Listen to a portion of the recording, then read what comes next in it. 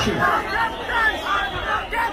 ঢাকায় যখন গত বছরের 16 জুলাই প্রথম প্রতিরোধ হয়েছে, তার একদিন আগেই আপনারা ছাত্রলীগকে প্রতিরোধ করেছিলেন।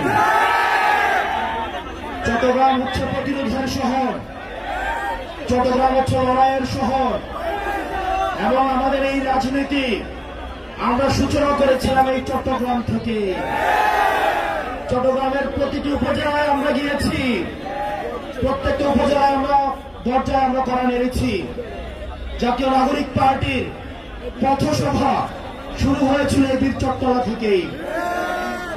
প্রিয় সহযোদ্ধা, আমি আপনাদের দিকে তাকাচ্ছিলাম এবং একটা জিনিস দেখছিলাম, এখানে আপনারা বেশিরভাগ যারা আছেন সবাই আমাদের সমসাময়িক।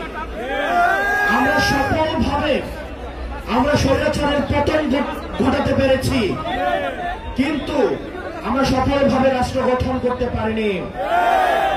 আমাদেরকে এখন রাষ্ট্র গঠনে মনোযোগ দিতে হবে। প্রিয় চট্টগ্রামবাসী, যারা অতীতে আমাদেরকে শাসন করেছে তারা জানতো যে তারা দিন শেষে বাংলাদেশে থাকতে পারবে না। তারা হয়তো ভারতে পালিয়ে যাবে, অথবা আমেরিকা পালাবে, অথবা লন্ডনে পালাবে। সেজন্য তারা আগে থেকেই তাদের ব্যবস্থা করে নিয়েছিল। তারা তাদের সেকেন্ড হোম বানিয়েছে, তারা তাদের থার্ড হোম বানিয়েছে। কিন্তু আমরা যারা বাংলাদেশে থাকবো, আমাদেরকে বাংলাদেশকে নিয়েই ভাবতে হবে। প্রিয় চট্টগ্রামের তরুণ প্রজন্ম, আমাদের অতীত প্রজন্ম আমাদের জন্য কিছু রেখে যায় নাই। তারা আমাদের একটা ভঙ্গুর অর্থনীতি দিয়ে গিয়েছে, একটা ভঙ্গুর শিক্ষা ব্যবস্থা নিয়ে দিয়ে গিয়েছে, তারা আমাদের একটা ভঙ্গুর স্বাস্থ্য ব্যবস্থা দিয়ে গিয়েছে, আমাদের মধ্যে সাম্প্রদায়িক সংঘর্ষ দিয়ে গিয়েছে, আমাদের মধ্যে কলহ দিয়ে গিয়েছে, পাহাড় এবং সমতল সংঘর্ষ দিয়ে গিয়েছে। আমরা যারা এই প্রজন্মের রয়েছি, আমাদেরকে দায়িত্ব তুলে নিতে হবে। এই সব সমস্যার আমাদেরকে সমাধান করতে হবে। আপনারা যদি সামনে এগিয়ে আসেন, এই তরুণ প্রজন্ম যদি দায়িত্ব নেয়, আমরা বিশ্বাস করি এই তরুণ প্রজন্মকে অর্থ দিয়ে কেনা যায় না, এই তরুণ প্রজন্মকে লোভ দিয়ে কেনা যায় না। হাসিনা চেষ্টা করেছিল কিন্তু কিনতে পারে নাই। এই তরুণ প্রজন্ম চাইলে ইতিহাস তৈরি হবে। চট্টগ্রামবাসী, আমাদের রাষ্ট্র ব্যবস্থা গঠনে আপনাদেরকে সামনে এগিয়ে আসতে হবে। প্রিয় তরুণ প্রজন্ম, আপনাদেরকে মাথায় রাখতে হবে, আমরা এখন বর্তমানে যে কার্যক্রমগুলো করব সেগুলোর ফলাফল আমাদের ভবিষ্যতে আমাদের ভবিষ্যৎ প্রজন্ম পাবে। বর্তমানের কাঠগড়ায় যেভাবে অতীত প্রজন্মকে আমরা দায়বদ্ধ করি, আমরা যদি বর্তমানে আমাদের দায়িত্ব পালন করতে না পারি, তাহলে ভবিষ্যতের কাঠগড়ায় আমরা দায়বদ্ধ হব।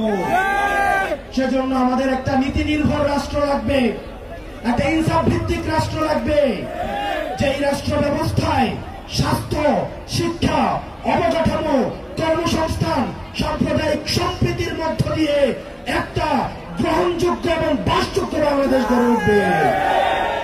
এবং সেটির জন্য আমাদের এই তরুণ প্রজন্মকে ঐক্যবদ্ধভাবে কাজ করে যেতে হবে। আমাদের মধ্যে বিভাজন করার চেষ্টা করবে, আমাদের মধ্যে বিভিন্ন রাজনৈতিক দলের মধ্যে বিভাজন করার চেষ্টা করবে।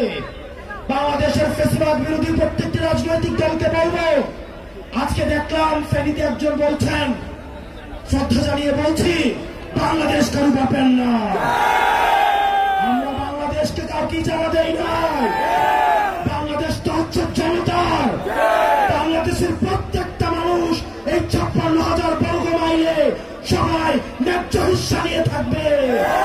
রাজার ছেলে রাজা হবে, প্রজার ছেলে প্রজা হবে, এই নিয়ম বাংলাদেশে থাকবে না। চট্টগ্রামবাসী, আমাদের ঐক্যবদ্ধভাবে কাজ করতে হবে। চট্টগ্রামে আমরা বারবার আসবো, আমরা বারবার ফিরে এসেছি। বাংলাদেশ যখন পথ হারায়, চট্টগ্রামবাসী তখন প্রতিরোধ করে। চট্টগ্রামবাসীর কাছে আমরা অবশ্যই আসবো। আমার ঋদ্ধতার জায়গা হচ্ছে চট্টগ্রাম। আমি যখন বৈষম্য বিরোধী ছাত্র আন্দোলনের দায়িত্ব পালন করেছি, পরবর্তীতে জাতীয় নাগরিক পার্টির দায়িত্ব পালন করছি। চট্টগ্রামের সাথে হৃদ্যতাপূর্ণ সম্পর্ক গড়ে উঠেছে। আপনাদের সবার কাছে আমার আহ্বান থাকবে, সাংগঠনিক গাঁথুনি শক্ত করার জন্য আপনারা ওয়ার্ডে ওয়ার্ডে, আপনারা উপজেলায় গ্রুপিং দলাদলি বাদ দিয়ে বাংলাদেশের স্বার্থে, এনসিপির স্বার্থে সবাই ঐক্যবদ্ধভাবে কাজ করুন।